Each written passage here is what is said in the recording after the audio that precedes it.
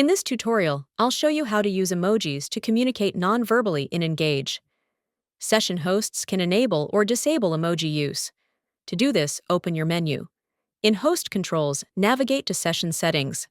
Then simply scroll down till you find Emoji Reactions and set them to off.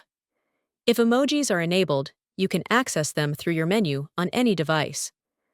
To activate an emoji, first open your menu or tablet, then select the gesture icon from the side menu. Choose your emoji, and it will appear above your head. Once an emoji is activated, the icon pulses for as long as the emoji is visible in the session. After it disappears, there is a short cooldown period before you can activate another emoji, indicated by a rotating animation on all emoji icons. If you're using a VR headset with hand controllers, you can also access emojis from your wrist controls. Raise and rotate your left hand as if you're checking a wristwatch. If nothing happens, you may need to activate wrist controls in your user preferences. This will bring up your available emojis. Select an emoji to activate it, and you can tap it again to remove it early if you like. And that's it.